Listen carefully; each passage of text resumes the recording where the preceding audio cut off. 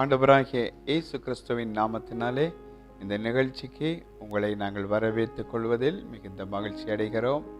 தேவனுடைய கிருபை உங்களை தாங்கி சுமந்து நடத்தி செல்லும்படியாக நாங்கள் உங்களை வாழ்த்துகிறோம். அப்படியா இன்றைய நாளிலே தேவனுடைய ஒரு வசனத்தை நாங்கள் பரிசுத்த வேதாகமத்தில் இருந்து வாசித்து நான் உங்களுக்காக ஜெபிக்க விரும்புகிறேன்.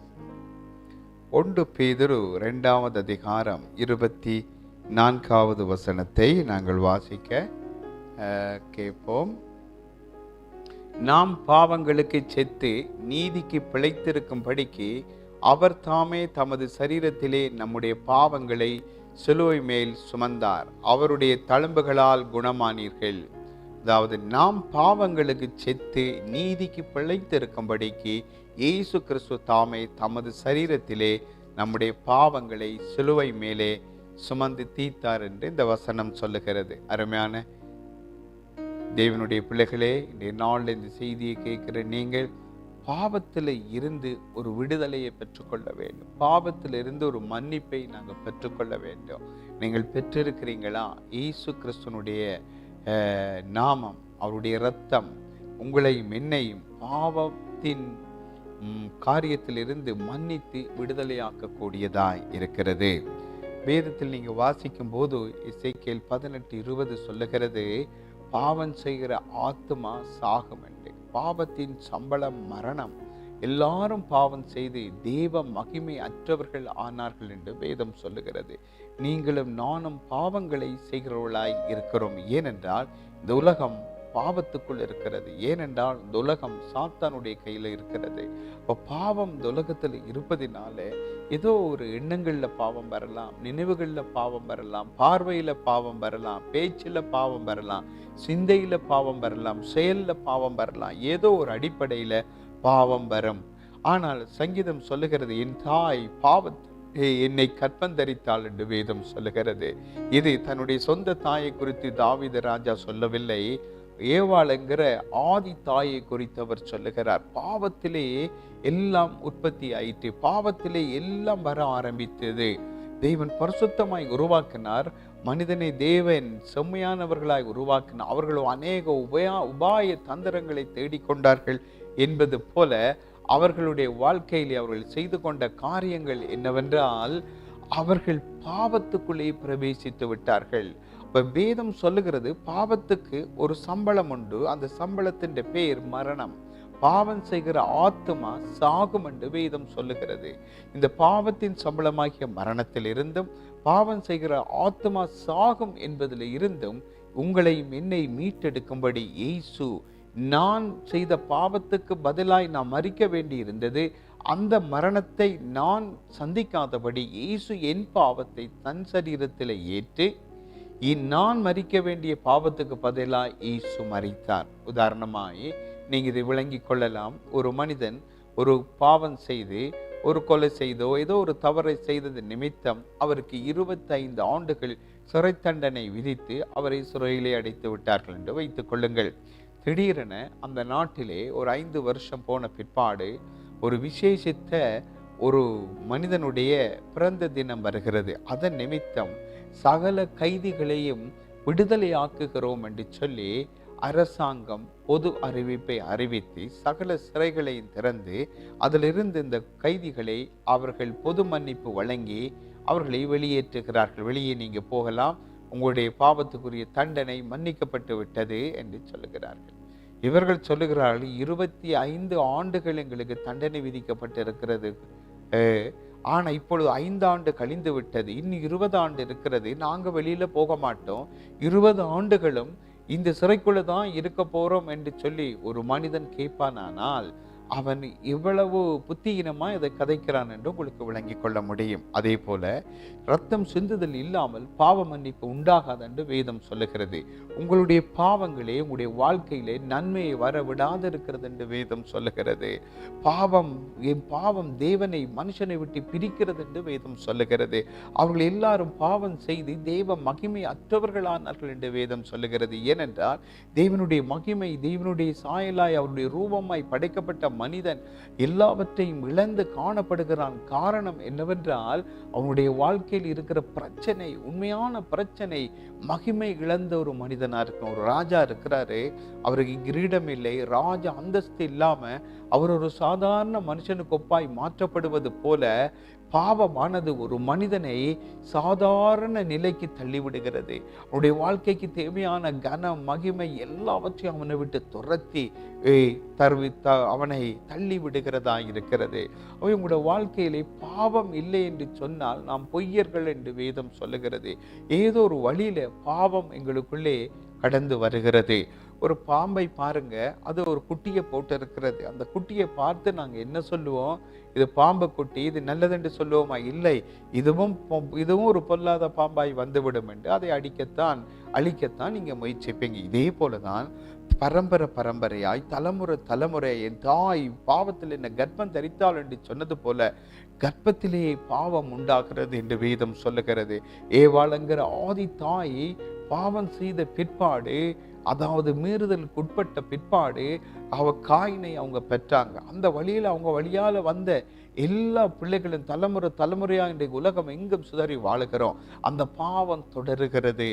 சில வேதம் சொல்லுகிறது, சிலருடைய பாவம் அவர்களை தொடர்ந்து பிடிக்கும் என்று, சிலருடைய பாவம் அவர்களை சுற்றி நெருங்கி நிற்கும் என்று, சிலருடைய பாவம் அவர்களுக்குள்ளே வாசமாய் இருக்கும் என்று, சிலருடைய பாவம் அவங்களை பின்தொடருகிறது. இப்படியா நீங்க எங்க போனாலும் உங்களோட பாவம் உங்களை பின்தொடர்ந்து, ஒரு மனிதனுடைய நிழல் எப்படி அந்த மனுஷனை பின்தொடர்ந்து வருமோ அதே போல பாவம் தொடர்ந்து வருகிறது. நீங்க இந்த பக்கம் போனாலும் அல்லது எந்த நாட்டுக்கு போனாலும், கடல் கடந்து போனாலும், ஆறு கடந்து போனாலும், தேசம் கடந்து போனாலும் பாவம் உங்களை தொடர்ந்து பிடிக்கும். பாவம் எப்படி தொடர்ந்து பிடிக்கும் என்றது முக்கியமான ஒரு விஷயம். ஏனென்றால் சிலருடைய பாவம் உங்களை பின்தொடரும், சிலருடைய பாவம் உங்களை தொடர்ந்து பிடிக்கும். சிலருடைய பாவம் குறிப்பிட்ட காலத்துக்கு அமைதியாக இருந்துவிடும். குறிப்பிட்ட ஒரு நாள் திடீரென அவங்க ஒரு விபத்தில், ஒரு மரண பகுதியில், ஒரு வியாதி படுக்கையில் திடீரென என்ன நடந்தது? நல்லாத்தானே இருந்தார், இவர் நல்லாத்தானே இருந்தாங்க, அவங்க ஏன் இப்படி நடந்தது? அதுதான் பாவம் அவர்களை தொடர்ந்து பிடிக்கும். சிலருடைய பாவம் அவங்களை பின்தொடர்ந்து கொண்டு வருது. பாருங்க, ஒரு மனுஷன் போகிறார், அவர் ஒரு குற்றவாளி, அவரை தேடி அதிகாரிகள் பின்தொடர்கிறார்கள். எங்க இருப்பார், அங்க இருப்பாரு, இங்க இருப்பாரோ உண்டே, அப்படியே பின்தொடர்ந்து வந்து ஒரு நாள் அவர் இருக்கிற அந்த ரகசிய இடத்தை அவர்கள் கண்டுபிடித்து அவரை எப்படி பிடித்து விடுகிறார்களோ அப்படியாய் பாவமும் உங்களை பின்தொடர்ந்து வந்து ஒரு நாள் பிடித்து விடும். நீங்க சிட்டி மாறி போயிருக்கலாம், பட்டணம் மாறலாம், அல்லது தேசம் மாறலாம். எங்க போய் இருந்தாலும் இந்த எப்படி ஒரு குற்றவாளி அதிகாரிகள் பின்தொடர்றது போல இந்த பாவமும் உங்களை அறியாம நிழலை போல பின்தொடர்ந்து வந்து ஏற்ற நேரத்தில் அப்படியே உங்களை பிடித்து ஒரு வியாதி படுக்கையில விழித்துவிடும், ஒரு மரண பள்ளத்தாக்குக்குள்ள கொண்டு போய்விடும், வாழ்க்கையை உடைத்து விடும். சில நல்லா இருந்த குடும்பம் பிரிந்து விடும், பாவம் பிரித்து விடுகிறது, சாபங்கள் அப்படி செய்து விடுகிறது. ஆதலால் இந்த பாவங்கள் இருந்து நீங்களும் நானும் விடுதலை அடைய வேண்டும் என்று ஆண்டவராகிய இயேசு விரும்புகிறார். பாவத்துக்கு ஒரு சம்பளமாகிய மரணத்தை நீங்களும் நானும் பெற்றுக்கொள்ள கூடாது என்று கர்த்தர் விரும்பினார். பாவத்தின் செய்கிற ஆத்மா சாகும் என்று சொல்லப்பட்டது. இந்த ஆத்மா மரணமும் வரக்கூடாது என்று இயேசு விரும்பினார்.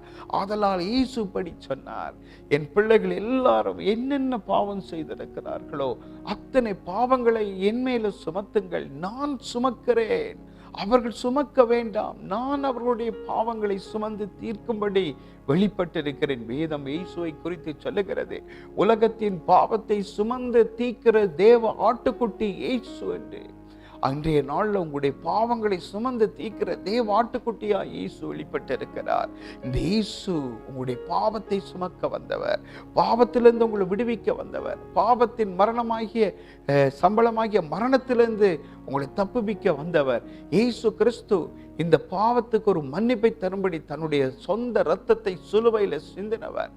வேதம் சொல்லுகிறது, இயேசுடைய இரத்தம் பாவ மன்னிப்பை உண்டாக்குறது உண்டு. யோவான் 1:7 வாசித்து பாருங்கள். வேதம் சொல்லுகிறது, அவருடைய குமாரனாகிய இயேசு கிறிஸ்துவின் ரத்தம் நம்முடைய பாவங்களை நீக்கி நம்மை சுத்திகரிக்கும். என்ன பாவமானாலும் சகல பாவங்களை நீக்கி இயேசுவின் ரத்தம் சுத்திகரிக்கும். வாழ்க்கையில் ஏன் நன்மை இல்லை, ஏன் சமாதானம் இல்லை, ஏன் ஆசீர்வாதம் இல்லை? தொடர்ந்து பிரச்சனை, குடும்ப வாழ்க்கை அப்படி, வேலை செய்ய போன பிரச்சனை, எங்கும் பிரச்சனை பிரச்சனை பிரச்சனை பிரச்சனை.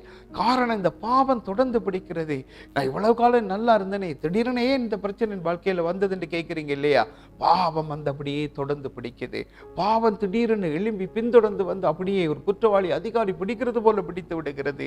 இப்படி பாவத்தில் இருந்து தத்தளித்து கொண்டு விடுதலை இல்லாமல் தத்தளித்து தவித்து தடமாறி கொண்டிருக்கிற உங்களுக்கு இயேசு ஒரு நல்ல செய்தி சொல்லுகிறார். இந்த பாவங்களை மன்னிக்க, இந்த பாவத்திலிருந்து ஒரு மன்னிப்பை பெற, இந்த பாவத்திலிருந்து ஒரு விடுதலை பெற, இந்த பாவத்தில் இருந்து ஒரு நித்திய மீட்பை கொடுக்க இயேசு உங்களுக்காய் சிலுவையில் மரித்தார். இயேசு தன் சரீரத்தில் உங்களோட பாவங்களை சுமந்து கொண்டார். ஆதலால் நீங்க சுமக்க தேவையில்லை. பாருங்க, உதாரணத்துக்கு இதை விளங்கிக் கொள்வதற்கு மருத்துவமனை இருக்கிறது. அங்கே வியாதியஸ்தர்களை குணமாக்குறதுக்குரிய மருந்துகள், மாத்திரைகள், வைத்தியர்கள் இருக்கிறார்கள். உங்களுக்கு வியாதி வந்துட்டு நீங்க என்ன சொல்றீங்கன்னா, ஆஸ்பத்திரிக்கு போக மாட்டேன், டாக்டர்கிட்ட போக மாட்டேன், நான் சுகமாக தேவையில்லை, நான் வீட்டில் அப்படியே இருக்க போறேன் வியாதியோட அப்படி இருக்கும்போது நான் அப்படியே சுகமாகணும்னு நீங்க விரும்புறீங்க. சாத்தியமா? சாத்தியம் இல்லை. இதே போல இயேசு கிறிஸ்து ரத்தம் சிந்தி இருக்கிறார். அவருடைய ரத்தம் உங்களுடைய பாவங்களை மன்னிக்கும். உதாரணமா இன்னொரு காரியத்தை கவனித்து பாருங்க. கடையில பாருங்க, நிறைய சோப்புகள், ஷாம்பூக்கள் எல்லாம் இருக்கிறது. உங்களுடைய உடம்பு அழுக்காகும் போது நீங்க உடனே ஷாம்புவை வாங்கி அல்லது சோப்பை போட்டு குளிக்கும் போது அந்த அழுக்கெல்லாம் நீங்கிரும் இல்லையா? அதே போல உங்களோட வாழ்க்கையில இயேசு கிறிஸ்து சிலுவையில சிந்தின ரத்தம், உங்களோட பாவங்களை கழுவதுக்கு சிந்தின ரத்தம் கடையில் இருக்கிற சோப்பை போல நீங்க கற்பனை பண்ணி பாருங்க, அங்க இருக்குது. நீங்க வீட்டில் அழுக்கோடு இருக்கும்போது கடையில் இருக்கிற அந்த சோப் வந்து அல்லது அந்த ஷாம்பு வந்து உங்களை குளிக்க வாக்குமா? இல்லையே. நீங்க கடைக்கு போய் அந்த ஷாம்புவை அல்லது அந்த சோப்பை நீங்க வாங்கி உங்களோட உடம்புல தேய்த்தா தானே உங்களோட அழுக்கு போகும். அதே போல நீங்க பாவத்திலிருந்து விடுதலை வேணும் என்று சொல்றீங்க. இயேசுவின் ரத்தம்ங்கிற அந்த சோப் மாதிரி கற்பனையில நீங்க இயேசுவின் ரத்தத்தை விசுவாசிக்கும் போது, இயேசுவின் ரத்தத்தினால கழுவப்படும் போது உங்களுடைய அழுக்கு உங்களை வாழ்க்கையை விட்டு நீங்க பரிசுத்தமாக்கப்படுவீங்க. ஆகவே இயேசுவின் ரத்தத்தை விசுவாசிங்க. ஏனென்றால் இயேசு உங்களுடைய பாவத்தை தன் சரீரத்தில் ஏற்ற சிலுவை மேல சுமந்து தீர்த்து இருக்கிறார் இல்லையா? நீங்க சுமக்க தேவையில்லை. இயேசு சிந்தின ரத்தம் பாவ மன்னிப்பு உண்டாக்கிட்டு அந்த விசுவாசிங்க. இயேசு உங்களுக்காக பாவத்துக்காக மரித்திருக்கிறார். நீங்க அதை நம்பினால் போதும், அதை விசுவாசித்தால் போதும், பாவ மன்னிப்பு வரும். அதனால் இப்பொழுது நான் உங்களுக்காக ஜெபிக்க போகிறேன்.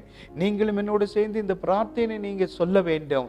அப்பொழுது இயேசுவின் ரத்தம் உங்களை கழுவும். நீங்க இயேசுவிடம் வர வேண்டும். கடைக்கு போய் சோப் வாங்குவது போல நீங்க இயேசுவிடம் வர வேண்டும். இயேசுவிடம் அந்த பாவ மன்னிப்பு நீங்க கேட்க வேணும். அவருடைய ரத்தத்தினால கழுவப்படும்படி நீங்க கேட்கும் போது பாவ மன்னிப்பு பெறுவீங்க. இதுவரை கிடைக்க முடியாத ஆசீர்வாதங்களை நீங்க சுதந்திரித்துக் கொள்ள முடியும்.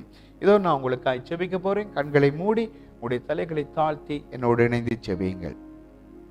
பரிசுத்தமுள்ள பிதாவே, உம்முடைய குமாரன் இயேசுவை என்னுடைய உள்ளத்திலே நான் இப்பொழுது சொந்த தெய்வமாய் ஏற்றுக்கொள்ளுகிறேன். இயேசுவே, எனக்குள்ளே வாரும். இயேசுவே, நான் ஒரு பாவி, என் பாவங்களை மன்னியும். இயேசுவே, உம்முடைய இரத்தத்தினால என்னுடைய எல்லா பாவங்களையும் கழுவுங்க. இதுவரையும் என் வாழ்க்கையில வர முடியாம தடப்பட்டிருக்கிற சகல நன்மைகளையும் எனக்கு வந்து சேரும்படி என் பாவங்களை மன்னிங்க. பிதாக்கள் முற்பிதாக்கள் வழியாய் வந்த பாவங்கள், நான் செய்த பாவங்கள் ஒவ்வொன்றையும் நீங்க மன்னித்ததற்காய் நன்றி. இயேசுவே, என் வாழ்க்கை உம்முடைய கரத்தில் ஒப்பு கொடுக்கிறேன். பரிசுத்த வாழ்க்கை எனக்கு தாரும் என்று சொல்லி நீங்க இப்பொழுது சொல்லுங்க. இயேசு பாவ மன்னிப்பை உங்களுக்கு தருவார். இயேசுவின் நாமத்தில் ஜெபிக்கிறோம் பிதாவே, ஆமென் என்று சொல்லி இப்பொழுது நான் உங்களுக்காக ஜெபிக்கிறேன். அன்பான பிதாவே, உம்முடைய குமாரன் இயேசுவின் நாமத்தில் ஜெபிக்கிறேன். ஆண்டவரே, பாவத்தில் இருந்து விடுதலை பெற முடியாதபடி, சில பாவங்களை விட்டுவிட முடியாதபடி தவிக்கிற உம்முடைய பிள்ளைகளுக்காய் ஜெபிக்கிறேன். பாவங்களை விட விருப்பம், ஆனால் விட முடியதில்லையே. இந்த சிகரெட்டை விட விருப்பம் முடியவில்லையே. இந்த குடிப்பழக்கத்தை விட விருப்பம் முடியவில்லையே. இன்னும் வேறு விதமான அசுத்த பாவங்களை நான் செய்கிறேனே, பார்க்கிறேனே, அவைகளிலிருந்து விடுதலையை விரும்புகிறேன், ஆனால் என்னால் முடியவில்லை என்று தவிக்கிற ஒவ்வொரு பிள்ளைகள் மேலும் இயேசு கிறிஸ்துவின் இரத்தத்தை அள்ளி தெளிக்கிறோம். என் ஆண்டவர் சிலுவையில சம்பாதித்த இரத்தத்தை தெளிக்கிறோம். என் ஆண்டவர் சிலுவையில சிந்தின ஒவ்வொரு இரத்த துளிகளும் ஒவ்வொரு பாவங்களையும் மன்னிப்பதாக, இப்பொழுது ஒவ்வொருவரையும் அவருடைய இரத்தம் கழுவுவதாக, ஒவ்வொருவரையும் இயேசுவின் இரத்தம் பரிசுத்தமாக்குவதாக, பாவ மன்னிப்பின் நிச்சயம் அவர்களுக்குள்ள உண்டாவதாக. இயேசுவின் நாமத்தினால் ஒவ்வொருவருடைய பாவங்களும் மன்னிக்கப்பட்டு பரிசுத்தமாக்கப்பட்டு ஒரு புதிய வாழ்க்கை, ஒரு பரிசுத்த வாழ்க்கை என் தேவனர்களுக்கு கொடுக்கும்படியாய் ஜெபிக்கிறேன். நீர் அப்படி கொடுக்கிறதற்காய் நன்றி. பாவ மன்னிப்பின் நிச்சயம் ஒவ்வொருவர்களுக்குள்ளே உண்டானதற்காய் நன்றி. என் தேவன் இயேசு ஒவ்வொருவருடைய உங்களுடைய பாவங்களை மன்னித்து புது வாழ்வு கொடுத்ததற்காய் நன்றி. இயேசுவின் நாமத்தில் ஜெபிக்கிறோம் பிதாவே, ஆமென். அருமையானவர்களே, உங்களுடைய பாவங்கள் நிமித்தம் விடுதலை இல்லாமல் தவித்த உங்களுக்கு இயேசு இந்த நாள் முதல், இந்த நிமிஷம் முதல் சகல பாவங்களில் இருந்தும் உங்களை மன்னித்தே உங்களை விடுதலை ஆக்கியிருக்கிறார். இயேசுவையே பற்றி கொள்ளுங்கள், அவர் நல்லவர்.